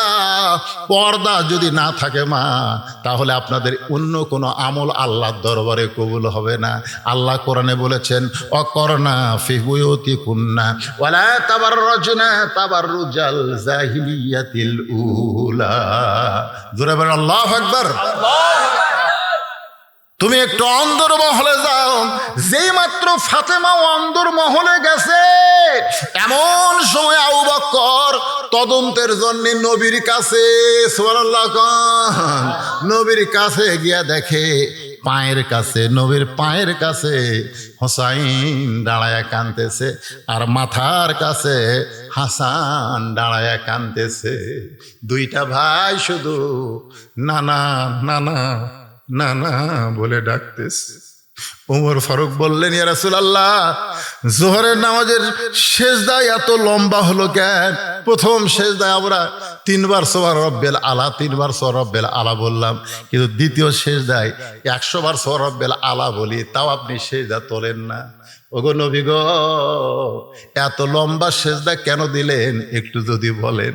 আল্লাহ রাসূল বলে, ওমর তোমরা তো জানো না রে, তোমরা যেই মাত্র সেজদায় গেছো, আমার 2 কলিজার টুকরা হাসান হোসাইন, ওরা 2 ভাই দৌড়ে এসে আমার পিঠের উপরে বসে গেছে, আমার পিঠের উপরে বসে গেছে।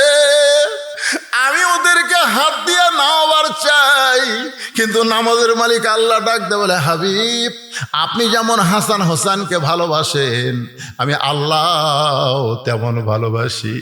আপনার 2 নাতি যতক্ষণ পিঠের উপরে থাকবে, আপনি সেজদা তুলবেন না। সেই 2 নাতি, একজন পায়ের কাছে, একজন মাথার কাছে, নানা নানা বলে কাঁদতেছে। ও নানা, এত রাগ করে কেন ঘুমাইছো গো নানা? একটা বার কি কথা বলবো না? আবু বকরকে দেখার সঙ্গে সঙ্গে হাসান হোসাইন দৌড়ে এসে 2 হাত চেপে ধরে বলতেছে, ওগো নানার সাহাবী, সকাল থেকে পর্যন্ত নানা নানা বলে ডাকতেছি, নানা কথা কয় না। নানার কপালে চুমা দিলাম, তাও নানা কথা কয় না। নানার মুখে চুমা দিলাম, তাও নানা কথা কয় না। ওগো নানার সাহাবী, আমরা নানার কাছে যখন দুষ্টামি করতাম, তখন নানা আমাদেরকে বলতো, হাসান হোসাইন আয়, তোদেরকে একটা মহামানবের জীবনে শোনাবো। আমরা 2 ভাই যখন বসতাম, তখন আমার নানা বলতো, হাসান হোসাইন আমার একজন সাহাবী কত বড়, তোরা কি জানিস?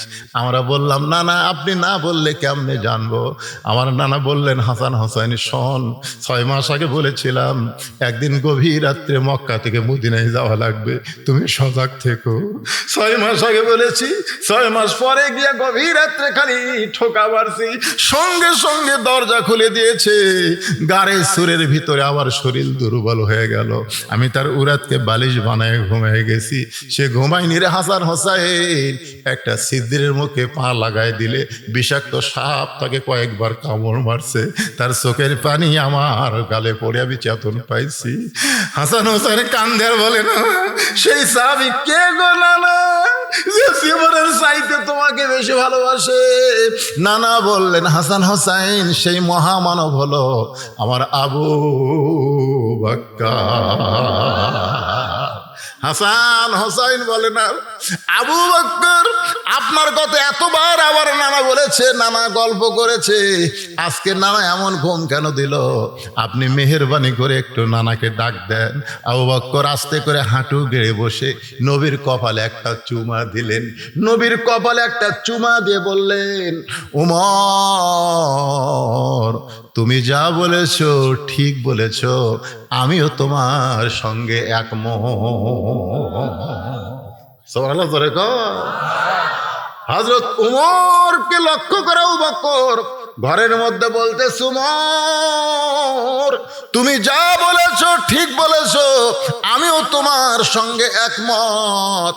হাসান হোসাইন 2টা হাত এমন ভাবে ধরেছে, আবু বকর ঘর থেকে বের হয়ে যাচ্ছে। আয়েশা কান্দে আর বলে, বাবা 6 বছর বয়সে বিয়ে দিলেন, 9 বছর বয়সে সংসারে আসলাম, আর 18 বছর আমাকে ছেড়ে নবী দুনিয়া থেকে চলে গেল, আমার জীবনের কি হবে? আবু বকর কোনো কথা বললেন না। হাসান হোসেন 2টা হাত চেপে ধরে আছে। দরজা খুলে যখন বের হয়েছে, সমস্ত সাহাবী চিল্লায় বলতেছে, তদন্তের রিপোর্ট কি?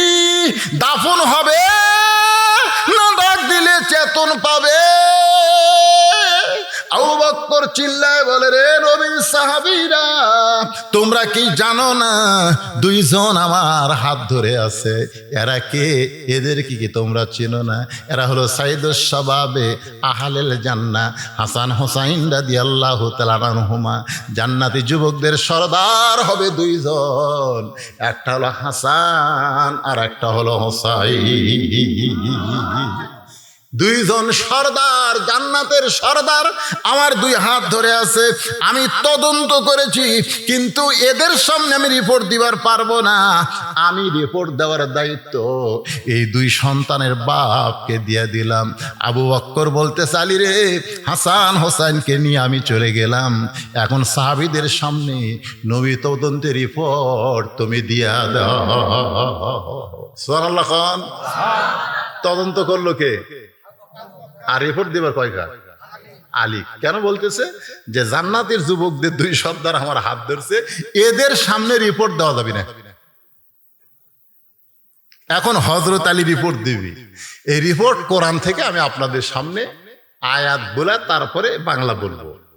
আপনারা শুনবেন না? কারা কারা শুনবেন? আল্লাহকে একটু হাত দেখান তো দেখি। লিল্লাহি তাকবীর। হাত নাও। আজকে বলেন তো, সিরাতে রাসূল মাহফিলের সাথে আলোচনা ঠিক আছে? নবী সম্পর্কে যদি না জানি, কিসের সিরাতে রাসূল? কিসের সারাত? কে রে? এটা কে রে? আপনারা শোনেন, এই যুবকেরা যে এই মাহফিল করতেছে, এই মাহফিলের কি আপনার পক্ষে না বিপক্ষে? কারা কারা পক্ষে? দুই হাত তোলা, আল্লাহকে একটু দেখান তো দেখি। লিল্লাহি তাকবীর। হাত নামান। এরা আমাকে কুরবানি ঈদের পরে দাওয়াত দিয়েছিল, 3 দিন পর। কুরবানি ঈদের 3 দিন পরে দাওয়াত দিয়েছিল। কঠিন বৃষ্টি, তো বৃষ্টির মধ্যে ওরা মাহফিল করতে পারেনি। তা আমাকে বলতে, হুজুর যে হারে বৃষ্টি হচ্ছে কি করা যায়? বাবা মাহফিল বাতিল করো, পরে সুযোগ মতো একটা ডেট নিও। এরপরে কিন্তু বহু রোদ গেছে, যায়নি। এরা তার মধ্যে ডেট নেই। কয়দিন আর বৃষ্টি শুরু হচ্ছে, এরই মধ্যে স্যার আবার ডেট নিয়ে যাচ্ছে। আমার তো আসমানে বৃষ্টি দেখে ভয় লেগে গেল। একবার বৃষ্টির মধ্যে গেল রে, আবার তো যাবি। কিন্তু আল্লাহর কি, 2 দিন হলে আর বৃষ্টি হচ্ছে না। সুবহানাল্লাহ। তার মানে বোঝা গেছে যুবকেরা আর যাই করুক, গান বাজনা করবে না। এই সিরাতে রাসূল মাহফিল প্রতি বছর করবে। আপনারা অবশ্যই জানেন, আমি বদরুহিত এই সিরাজগঞ্জে বহু মাহফিল করছি। এই ছোট মাহফিলকে আমি করছি, এরা প্রচার করেনি, জায়গা হবে না দেখে। তো আজকে আপনাদের কাছে আমি ওদের পক্ষ থেকে আমি বলতেছি, যে সিরাতে রাসূল মাহফিলকে টিকায় রাখার জন্য আপনারা যদি 10 টাকা, 20 টাকা, 50, 100 টাকা করে একটু আল্লাহর রাস্তায় খুশি খুশি দিতেন, তাহলে ছেলেদেরকে বলতাম তোমরা একটু ব্যাগলা ভিতরে যাও। ছেলেরা আছে? নাই? এইগুলো সবাই যদি 10 টাকা, 20 টাকা করে দেয়, খুব ক্ষতি হবে। আপনারা দিলে এই মাহফিলের জন্য একটা সুবিধা হবে। যারা মাহফিল করতে যুবকগুলা কুড়ি রে, এরা চিন্তা করতেছে এত ছোট জায়গা আমরা বসলে জায়গা হবে না, এই জন্য এরা সব ফাঁকত আছে। হ্যাঁ, ভিতরে ঢোকো বাবা, ঢোকো। গেঞ্জি খোলা লাগবে না, এরকম পাঞ্জাবি ধরলে হবে, গেঞ্জি ধরলে হবে। ঢোকো, ভিতরে ঢোকো।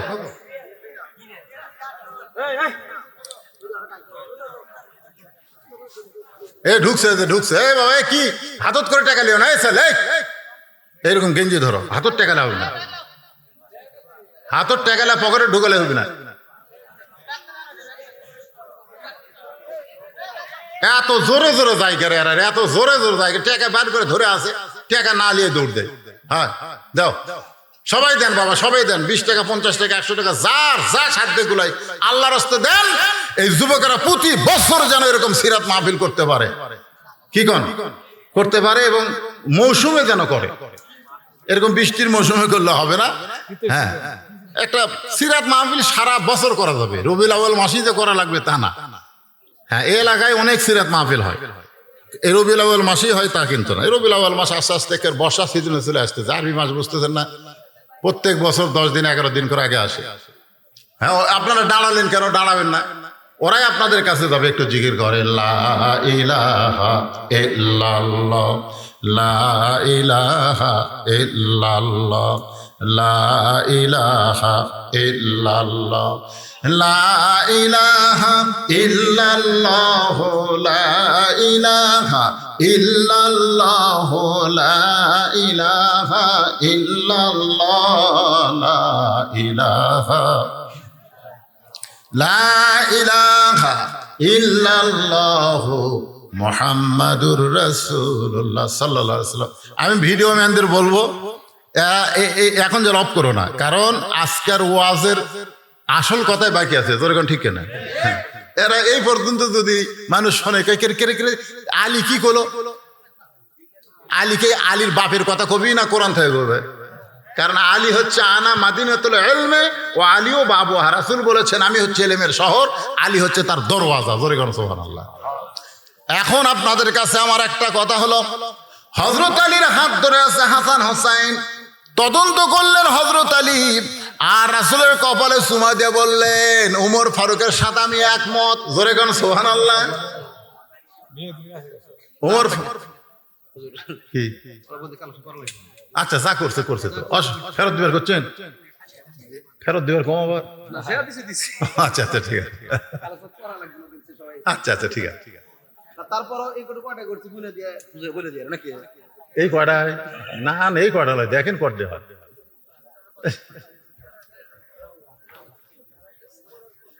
আরে বাবা কি ক্ষতি হলো? আপনি যে 10টা টাকা দিলেন আপনার কি ক্ষতি হলো না লাভ হলো? কেউ যদি মনে করেন যে কালেকশন করার কথা না, এটা করছে, ক্ষতি লয় তো। এটা একটা অংশগ্রহণ, একটা সিরাত মাহফিলে আপনি জান্নাতের ব্যাংকে একটা অ্যাকাউন্ট খুলবেন। হ্যাঁ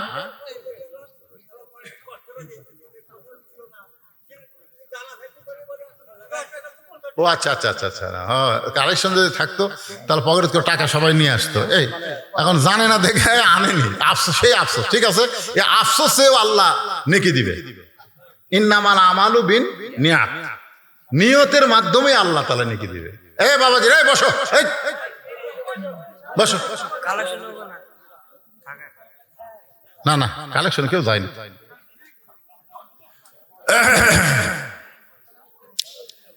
হ্যাঁ সবাই বসেন, সবাই বসেন, একটু জিকির লা ইলাহা ইল্লাল্লাহ লা ইলাহা ইল্লাল্লাহ লা ইলাহা ইল্লাল্লাহ লা ইলাহা ইল্লাল্লাহ লা ইলাহা ইল্লাল্লাহ লা ইলাহা ইল্লাল্লাহ লা ইলাহা ইল্লাল্লাহ মুহাম্মাদুর রাসূলুল্লাহ সাল্লাল্লাহু আলাইহি ওয়াসাল্লাম। আচ্ছা ঠিক আছে, কালেকশনের কথা ছিল না, যে টাকাটা উঠছে এই টাকা ওনারা মসজিদের ফান্ডে দিয়ে দেবে। আলহামদুলিল্লাহ। আমরা ছেলেদেরকে মর্দে মুজাহিদ হিসাবে আল্লাহ যেন কবুল করে, যেরকম আমিন। আল্লাহ এরকম ছেলে কালেকশন করলে মন খারাপ করে, এরা সেই মাল রে। আজকের জন্য সেই দোয়া হবে বাবা, মসজিদের ফান্ডে তোমরা টাকা দিচ্ছে, সেই মসজিদে কিন্তু 5 ওয়াক্ত নামাজ পড়া লাগবে। কি কও? খালি জুম্মার দিলে ফাঁকি মারলে হবে না, জুম্মার দিনে শাহেদ দেবে আগে আসবে। হ্যাঁ কত সুন্দর মসজিদ।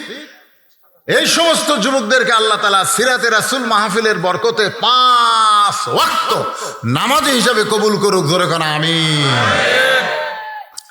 আল্লাহ রাসূল একদিন ফাতেমাকে বললেন, ফাতেমা একটা গোপন কথা তোমার বলতে চাই। ফাতেমা চমকে উঠে বলল, বাবা কি গোপন কথা? রাসূল বললেন, ফাতেমা তুমি কি বলতে পারো আমি নবী দুনিয়া থেকে বিদায় নেওয়ার পর সবচাইতে বেশি কষ্ট কে পাবে? আমি নবী দুনিয়া থেকে বিদায় নেওয়ার পর সবচাইতে বেশি কষ্ট কে পাবে? ফাতেমা চোখের পানি মুছে আর বলে, বাবা আমি সবচাইতে বেশি কষ্ট পাবো আপনি বিদায় নেওয়ার পর, আমি সবচাইতে বেশি কষ্ট পাবো।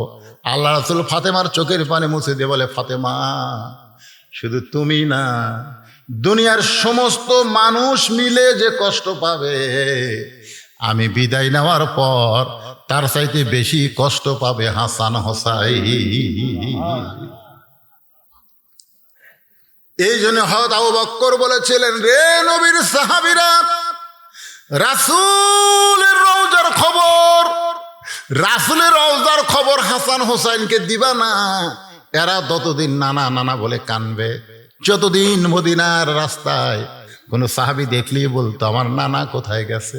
সবাই বলতো মক্কা থেকে মদিনায় হিজরত করেছে তোমার নানা, আবার মদিনা থেকে আর এক জায়গায় হিজরত করেছে।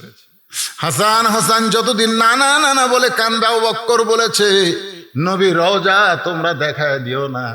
এরা দুই ভাই যদি রওজার পাশে গিয়া নানা নানা বলে কান্দে, আমার নবীর আরামের ঘুম ভাঙ্গে যাবে। সুবহানাল্লাহ কর। আবু বকর হাসান হোসেনকে নিয়ে যখন চলে যায়, এমন সময় কোরআনের আয়াত যেটা দিয়ে আমি ওয়াজ শুরু করেছিলাম, মা কানা মুহাম্মাদুন আবা আহাদিম মির রিজালিকুম ওয়ালাকির রাসূলুল্লাহি ওয়া খাতামান নাবিয়্যিন। সুবহানাল্লাহ। এর ফাঁকে আর একটা আয়াত বলেছিলাম, লাকাদ কানা লাকুম ফি রাসূলিল্লাহি উসওয়াতুন হাসানাহ। নবী হযরত আলী তদন্তের রিপোর্ট দিয়ে বলতেছে নবী কোনোদিন মরতে পারে না। আল্লাহ থাকবে যতদিন, নবীও থাকবে ততদিন। এ কোরআন থাকবে যতদিন, নবীও থাকবে ততদিন। নামাজ থাকবে যতদিন, নবীও থাকবে ততদিন। আজান থাকবে যতদিন, নবীও থাকবে ততদিন। দুনিয়া থাকবে যতদিন, নবীও থাকবে ততদিন। মুহাম্মদ একজন মানুষ, হাসান হোসেন নানা দুনিয়া থেকে বিদায় নিতে পারে, ফাতেমার বাবা দুনিয়া থেকে বিদায় নিতে পারে, আলীর শ্বশুর দুনিয়া থেকে বিদায় নিতে পারে, কিন্তু নবী কোনোদিন বিদায় নেবে না। নবী থাকবে, নবীর উম্মতের আমলের ভিতরে জিন্দা। ধরে বলেন ঠিক কিনা? নবীর উম্মতেরা আমল করবে, নবী জিন্দা, আমল ছেড়ে দিবে, নবী মুর্দা হয়ে যাবে। বাজান একটু খেয়াল করেন, যখন নবী মক্কা বিজয় করলেন, মক্কা বিজয় করার পরে আল্লাহ রাসূল সর্বপ্রথম বললেন আল্লাহর কাবা ঘর আমরা তাওয়াফ করব। কাবা ঘর তাওয়াফ করতে করতে এক সময় নবী বললেন আমরা যেই ঘর তাওয়াফ করতেছি এই ঘরের খবর আমাদের আগে জানা লাগবে। আল্লাহর ঘর, সেই ঘরের দরজা আছে না নাই? দরজা খুলে নবী দেখলেন 360টা মূর্তি কাবা ঘরের মধ্যে ঢুকেছে। ওমর ফারুক বললেন সি সি, আল্লাহর ঘরের মধ্যে কাফেরদের মূর্তি। রাসূল বলে ওমর, কাবা ঘর ভালো থাকবে যতদিন, আল্লাহওয়ালা মানুষ কাবার পাশে থাকবে যতদিন। আল্লাহওয়ালারা যদি কাবার পাশে না থাকে তাহলে আল্লাহর ঘরের মধ্যেও কাফেরদের মূর্তি ঢোকে। আজকে নবীর সুন্নাত যদি আমাদের কাছে না থাকে তাহলে ওই খ্রিস্টানদের ইহুদের সংস্কৃতি আমাদের মধ্যে চলে আসবে। জোরে কোন কথা ঠিক কিনা? জান্নাতি যুবকদের সর্দার হাসান হোসেন হবে, মেসি নেইমার কোনোদিন জান্নাতের সর্দার হবে না।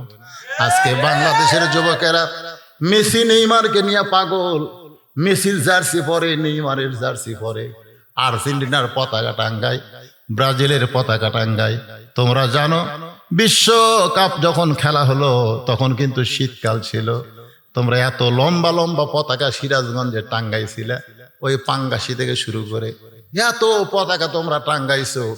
ওই পতাকার টাকা যদি গরিবদের তোমরা দিয়া দিতে শীতের কাপড়, আল্লাহ রাসূল বলেছেন অমুকসির উরিয়ান, যারা গরিবদেরকে বস্ত্র দেয় আল্লাহর জান্নাত তাদের জন্য আশা করে থাকে। এই জন্যে বিদেশি সংস্কৃতি আমরা গ্রহণ না করে নবীর সুন্নাত যদি আমরা গ্রহণ করি তাহলে নবী জিন্দা, নবী মদিনায় নাই, নবী আছে আমাদের কলিজায়। দিলের আয়না খুলে, দিলের আয়না খুলে দেখ না চে সোনার মদিনা।